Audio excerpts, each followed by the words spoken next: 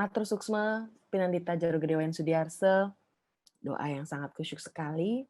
Terima kasih atas doa yang sudah disampaikan kepada seluruh teman-teman kita, maupun kita semua yang ada di sini.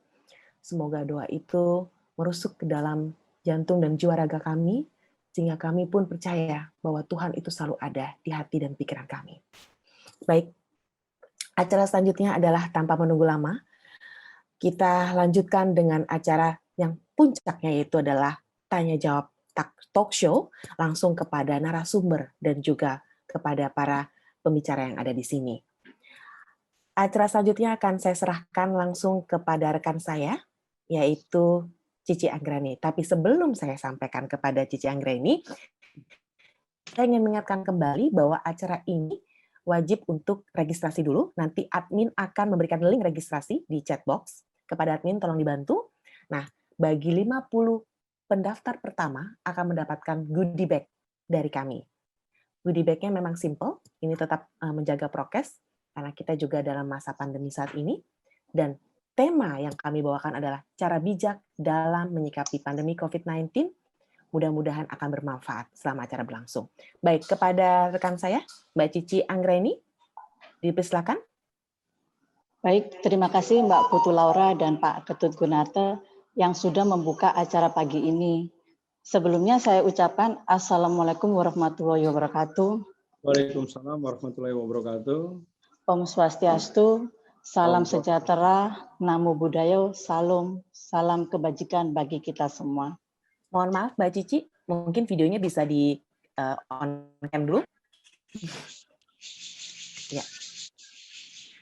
Iya, kan kelihatan cantiknya. Silakan Mbak Cici. Emang tadi nggak keluar ya? Enggak. Silakan Mbak Cici, nggak apa-apa. Baik, apa kabar Bapak Ibu semuanya? Alhamdulillah, Angstungkari. Saya harap semuanya sudah siap untuk membahas tema hari ini yang sangat luar biasa, yaitu tentang cara bijak dalam menyikapi pandemi COVID-19. Dan kita di sini akan membahas materi dengan narasumber dan penyintas COVID-19, yaitu yang pertama, Dr. Haji Tri Adianto Cahyono STMM. Beliau lahir di Jakarta tanggal 3 Januari 1970 dan tinggal di Bekasi. Beliau sekarang menjabat sebagai Wakil Wali Kota Bekasi. Yang kedua, Profesor Apoteker Iketut Atyana PhD, lahir di Bali tanggal 15 Mei 1968, sekarang tinggal di Bandung. Beliau sebagai Guru Besar Farmakologi Klinikal Farmasi. Yang ketiga, Dr. Ida Bagus Nyoman Banjar, MKM, lahir di Singaraja tanggal 10 Januari 1963, tinggal di Depok. Beliau sekarang sebagai Direktur Utama RSUD Koja. Dan yang keempat, Dr. Gigi Nyoman Suartanu, MAP, lahir di Denpasar tanggal 2 Februari 1962, tinggal di Kota Bekasi. Sekarang beliau sebagai Ketua Badan Kesehatan dan Pemberdayaan Umat PHDI. Yang kelima, Insinyur Ketut Guntur Aryawan, lahir di Sawang Buleleng tanggal 30 Mei 1966, tinggal di Bekasi. Beliau sekarang sebagai owner PT Gananayaka Sukses Bersama. Dan yang keenam, ada Bu Heni Herawati Wirawan, lahir di Jakarta tanggal 7 Mei 1972. Sekarang beliau aktif sebagai Wakil Ketua Bidang Sosial Budaya, Lingkungan Hidup dan Lintas Iman DPC Prajaniti Kota Bekasi. Surveyor Germas dan PHBS, Tim Kesehatan PHDI Pusat dan Yoga Massal. Baik, selanjutnya saya kembalikan ke Mbak Putu Laura untuk bertanya kepada Bapak Wakil Wali Kota Bekasi. Silakan Mbak Ola.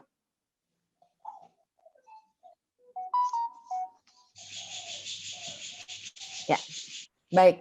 Waduh, ini langsung pertanyaannya ke saya nih. Tapi izinkan saya juga dulu untuk menyapa. Tadi saya lihat ada salah satu peserta, yaitu Ketua Komisi Informasi Pusat, yaitu Bapak Gede Narayana. Pak Gede Narayana.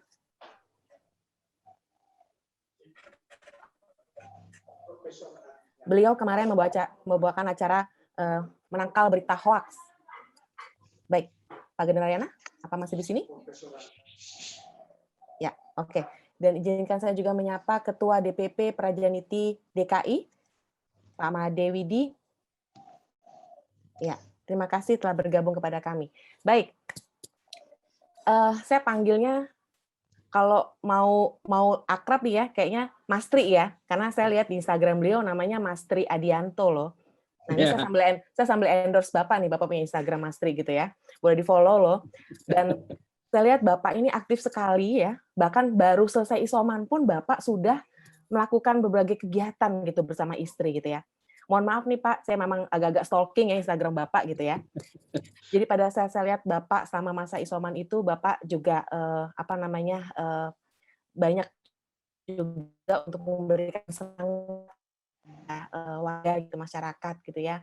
Dan boleh tahu nih Pak, mungkin sharing sedikit gitu, kenapa awalnya Bapak akhirnya juga menjadi salah satu yang terkena atau terpapar COVID, dan bagaimana nih kiat-kiatnya kira-kira Bapak untuk bisa menjalani masa isoman ini dengan baik? Ya. Silakan Pak.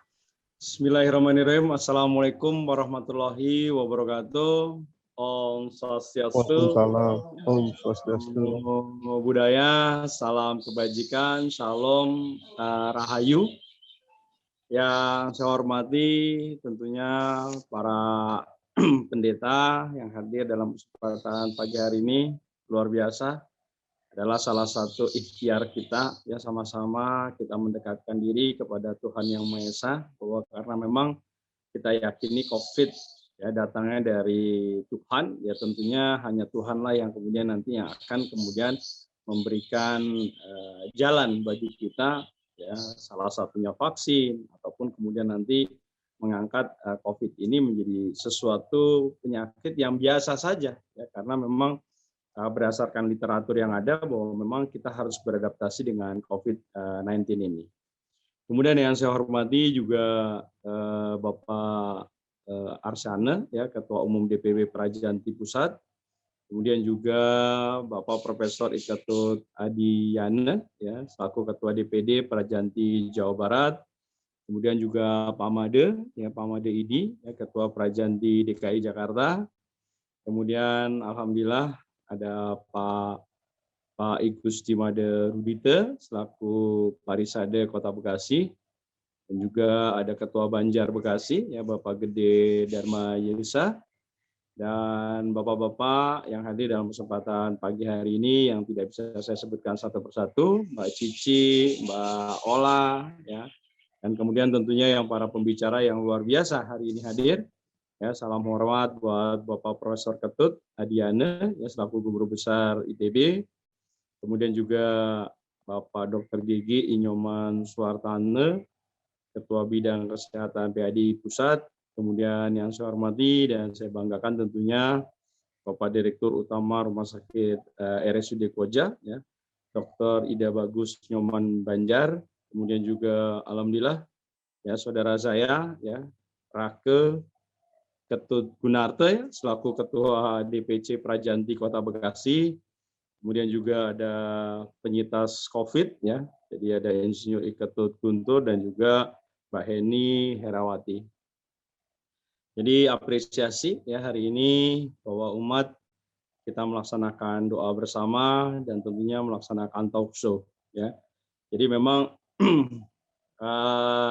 saya melihat bahwa kenapa saya begitu aktif di media sosial, karena ini adalah merupakan salah satu cara ya bagaimana mendekatkan pemimpin dengan warga masyarakatnya. Ya, sekarang ini pemimpin itu harus pemimpin yang melayani, ya. Jadi istilahnya lu magada, lu mau gua ada. Jadi insya Allah ya kita selalu bisa berkomunikasi tanpa ada halangan dan kemudian tanpa dibatasi oleh waktu. Apalagi tadi alhamdulillah tadi sudah disampaikan ya Astungkare ada satu seminar atau talk show yang dilakukan bagaimana tadi menangkal hoax. Nah, hoax itu harus dilawan. Ya, hoax itu kemudian harus disampaikan sesuatu yang tidak baik apabila dilakukan secara terus-menerus itu seakan-akan menjadi sesuatu yang benar. Nah, jadi menjadi kewajiban kita semua termasuk umat ya bagaimana menangkal informasi yang tidak berimbang. Nah, saya menghadapi kenapa saya bisa kena. Jadi memang kita harus serahkan kepada Tuhan, karena sampai hari ini pun memang kita tidak pernah tahu nih ya bagaimana cara penyebarannya, bagaimana kemudian ini bisa terinfeksi. Tapi saya yakinkan betul bahwa memang ini mungkin terjadi karena memang saya tidak disiplin terkait dengan prokes, termasuk di dalamnya saya mungkin tidak menggunakan yang namanya masker, tidak disiplin. Kenapa? Karena ternyata begitu dilihat ke belakang, itu dimulai dari ajudan saya dulu, Sekpri. Ya, ada nama Sekpri saya namanya Eko. Itu ternyata seminggu sebelumnya itu dia sudah kena tapi dia tidak melakukan pemeriksaan. Nah, ini yang kesadaran untuk memeriksakan ini yang kemudian memang harus tumbuh. Jadi kalau toh ada sudah mulai sumeng-sumeng, mulai ada flu, kemudian Katolik itu memberikan obat, ya, ramuan dan lain sebagainya. Dan ini saya kira memberikan satu ekspektasi yang luar biasa buat kita si penderita ya di dalam rangka menghadapi situasi yang memang serba tidak menentu. Karenanya kan rasanya juga kayak ini kan saya jatuh cinta gitu. Jadi seribu rasanya gitu. Ya kadang nggak enak, kadang ya serba. Terus kemudian informasi yang masuk, kemudian pada saat minggu-minggu yang lalu kan semua WA isinya cuma turut berduka cita saja, ya. Jadi artinya bahwa itu, dan kemudian yang menurut saya adalah bagaimana mindset kita tetap bahwa kita akan sehat, karena bagaimanapun juga saya adalah komorbid, ya saya punya darah tinggi karena turunan dari ibu, saya juga punya gula dan lain sebagainya. Tapi ini membuat bagaimana kita menjadi struggle, ya, membuat semangat ya bahwa kita masih berguna buat orang lain, ya. Jadi oleh karena itu itulah yang kemudian ditimbulkan dari lingkungan yang ada di sekitar, dan kemudian juga interaksi di media sosial itu juga saya kira sangat membantu sekali ya, karena interaksinya ternyata saya membuat beberapa konten terkait dengan saya meningkatkan bagaimana meningkatkan para UMKM yang kemudian saya endorse melalui Instagram saya, itu juga memberikan efek yang luar biasa. Ternyata, oh iya, teman-teman, warga masyarakat ternyata masih cinta dengan pemimpinnya, mendoakan saya, dan lain sebagainya. Dan saya masih berguna buat orang lain. Jadi, muncul bahwa ada spirit, semangat buat kita untuk melanjutkan kehidupan ini. Jadi, saya kira itu tipsnya, ya, bagaimana saya menyikapi hari-hari saya. Dan yang paling penting adalah makan, olahraga, dan yang paling utama itu ikhtiar juga, kita doa. Ya. Jadi hikmahnya kita jadi semakin dekat dengan Sang Pencipta, ya, karena hari-hari kita isi dengan doa, ya, dimulai dari malam, bangun malam, ya, kemudian kita nunggu subuh, kemudian kalau di zaman saya kan juga ada yang duha dan lain sebagainya. Ya, kita selalu panjatkan ya keinginan, dan kita juga mendoakan tidak saja diri kita tetapi juga masyarakat Kota Bekasi dan juga Indonesia. Insya Allah kalau kita mendoakan banyak orang, doa itu akan baik lagi kepada diri kita. Jadi selalu ada aksi, gaya aksi dan reaksi. Semakin kita berbaik positif, pasti reaksinya juga akan semakin banyak orang yang berpikir untuk positif. Saya kira itu Mbak Paula dan Ya. Ya, terima kasih Pak Wakil Kota. Menarik sekali ya, kalau saya lihat juga kunci utama dari Bapak makanya juga bisa melewati masa yang sama dengan baik, karena begitu besarnya cinta Ibu Wakil Wali Kota kepada Bapak. Setiap hari saya lihat beliau masak ya sendiri untuk suami tercinta, lalu pakai dada-dada Pak ya depan pintu ya Pak ya. Itu dada-dada ini Pak yang perlu Pak untuk semangatin. betul, Ya, betul. saya terharu loh Pak, saya terharu sekali loh Pak. Dalam artian walaupun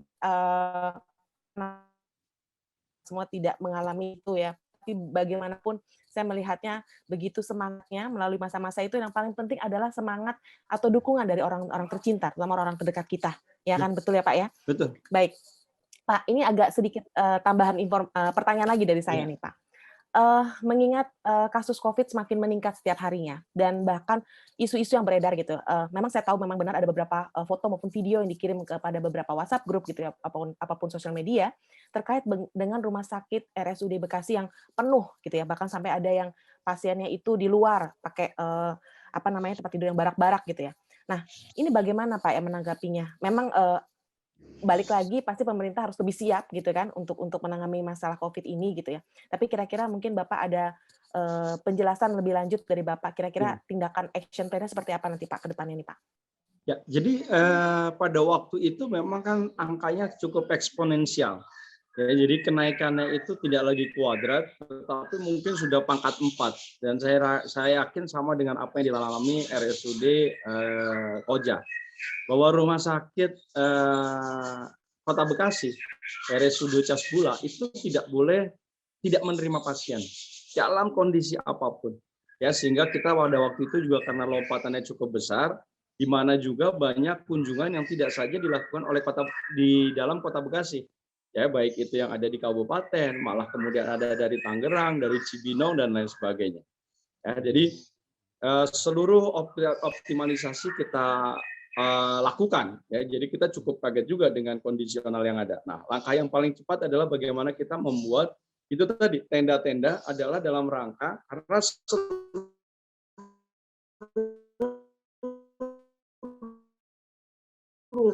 pasien. Nah, sekarang UGD-nya itu kita lakukan adanya berada di luar. Ya, di luar ya kita dalam bentuk tenda-tenda dan lain sebagainya. Dan itu kita sebut triase. Jadi artinya kita pilih karena pada waktu itu orang juga semakin panik. Jadi dalam kondisi tidak terlalu parah pun mereka semuanya dibawa ke RSUD ya, di mana pada waktu itu komunikasi di antara puskesmas maupun RSUD tipe D yang sudah ada itu tidak berjalan dengan semestinya. Mestinya kan pada saat orang sakit masuk dulu ke puskesmas atau rumah sakit tipe D sehingga kemudian baru dirujuk ke RSUD. Tapi karena pada waktu itu semua panik dan kemudian kondisinya seperti itu, makanya kita pada waktu 1-2 hari memang agak keteteran juga gitu loh, karena kita tidak menyangka bahwa eksponensialnya sangat cepat ya, dan ini jauh di luar kemampuan kemampuan kita. Makanya kemudian kita buka adalah satu gedung E tambahan ya untuk menambah jumlah COVID, dan kemudian kita batasi bahwa RSUD hanya untuk penyakit COVID-19. Nah, kemudian juga kalau kita lihat hari-hari ini sekarang sudah mulai kosong nih Mbak ya, di tenda-tendanya ya, kita alhamdulillah ya sudah mulai ada penurunan ya, sudah mulai stabil sehingga sekarang orang pada saat datang sudah bisa masuk melalui ke UGD. Karena apa? Itu tadi ya, ditambah lagi kemampuan kita untuk menyiapkan isoman yang OTG itu di stadion juga kita perbesar lagi. Jadi kalau yang memang belum terlalu parah, jadi memang hanya sumeng, batuk dan lain sebagainya, itu kita arahkan. Dan yang paling penting adalah itu tadi, kita tracing ya, kita tracking dan kita jemput ya orang yang memang betul-betul membutuhkan penanganan lebih lanjut. Ya, jadi kita memang menyarankan ya kalau toh memang ya di rumahnya memenuhi syarat ya, kondisinya juga baik, itu akan lebih nyaman kalau kemudian mereka melakukan isolasi mandiri di rumah masing-masing. Ya, jadi hari-hari ini astungkari lah ya, jadi artinya bahwa sudah mulai mendekati normal ya, sudah mulai bornya kita pun juga sudah mendekati kondisi yang ada. Ya, hari-hari yang lalu kita pasti harus menunggu sampai 1 kali 24 jam untuk bisa masuk ke perawatan karena nunggu yang sembuh keluar masuk.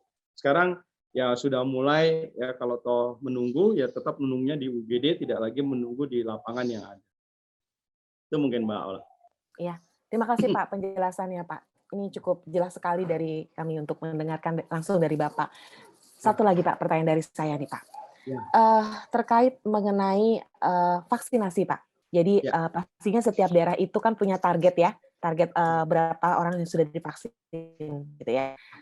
Kira-kira nih Pak, boleh kasih bocoran sedikit nih Pak. Bekasi ini salah satu yang mencapai target atau tidak nih Pak? Kalaupun iya, berapa persen nih Pak sudah tercapai? Ya, jadi kalau lebihnya, Pak, tahapan yang ada, kita memang cukup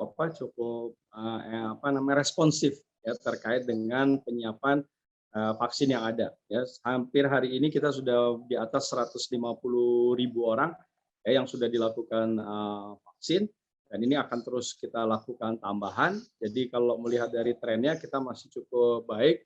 Dan sekarang juga tingkat duplikasi di penambahan dari jumlah pasien COVID yang dinyatakan positif hariannya itu kita juga sudah jauh ya, jauh di bawah dibandingkan dengan Depok, Sukabumi ya, kemarin ada 4 daerah yang dirilis karena kemudian vaksinnya terlambat, kemudian juga tingkat disiplin para warganya juga untuk menggunakan masker juga relatif sangat berkurang. Jadi memang harapannya adalah warga masyarakatnya sekarang memang tinggal kita lakukan adalah bagaimana menyadarkan kepada warga masyarakat untuk kemudian mereka sadar gitu loh, bahwa memang vaksin itu penting dan perlu. Ya, salah satu kenapa mungkin saya juga tidak terlalu berat menghadapi COVID kemarin karena saya sudah dilakukan vaksin terlebih dahulu 2 kali. Ya, jadi mudah-mudahan ini menjadi satu inspirasi bahwa kalau toh sudah ada vaksin, yaitu tadi digambarkan bahwa kita sudah punya antibodi sehingga ada virus yang masuk, ada ada pasukan yang kemudian menghadapi terlebih dahulu. Ya, jadi badan tubuh kita menjadi lebih siap ya menghadapi serangan. Dan kemudian yang kedua adalah bagaimanapun juga adalah memang kita sangat berat menghadapi yang namanya PPKM darurat ini ya, karena memang kan situasinya ini adalah situasi perang. Jadi perangnya ini juga perang yang tidak ada musuhnya, tidak kelihatan. Ya, jadi tidak ada gencatan senjata sehingga hari-hari kita memang tidak pernah berhenti ya untuk waspada. Nah, siapapun kapanpun bisa dilakukan. Ya, oleh karena itu kalau saya selalu harus siap dengan Mastri ya, M3 dan 2M. Jadi 5M gitu kan. Jadi Mastri dan 2M. Jadi itu yang memang harus kita optimalisasi, dan kesadaran dari para pengusaha kita ya yang kemudian harus melaksanakan secara TOW. Ya, kita ya sadari betul bahwa memang dengan takeaway ini juga sangat jauh penurunan daripada jumlah penjualan yang harus ada ya. Jadi beberapa toko pun mereka kelihatannya lebih baik menutup ya karena memang tidak tertutup terkait dengan biaya operasionalnya. Nah, oleh karena itu pemerintah juga sedang membuatkan skematis ya, baik anggaran melalui APBN maupun APBD yang bisa kita penetrasikan. Dan yang paling utama itu tadi, bagaimana umat, ya, bagaimana warga masyarakat untuk kita sama-sama saling peduli, ya, untuk kemudian bagaimana membantu, ya, tidak saja warga masyarakat yang sedang isoma, ya, tetapi juga warga masyarakat yang memang terdampak oleh kondisi ekonomi terkait dengan adanya COVID-19 ini. Itu, Mbak. Iya, baik. Terima kasih Pak Wakil Wali Kota. Cukup jelas sekali. Ya mudah-mudahan makin bertambah yang melakukan vaksinasi ya Pak Wakil Wali Kota ya. Jadi nggak usah takut, nggak usah ya dengan isu-isu yang nggak jelas gitu ya. Ya. Kalau memang mau bertanya langsung, mungkin bisa langsung DM Instagramnya Pak Wakil Wali Kota ya, gitu ya. Kalau misalnya di Mas Tri Adianto. pasti dibalas ya Pak ya. Baik. Pasti dibalas. Oke, Dan baik, saya Pak. Terima ucapkan kasih. selamat ulang tahun juga buat Prajanti Kota Bekasi yang pertama. Ya, terima kasih Pak, terima kasih. Ini masih baby Pak, masih merangkak, baby step. Mudah-mudahan ya Pak, semakin besar dan bisa berkembang, bertumbuh pusat dengan baik, sehingga masih bisa berkarya untuk orang lain.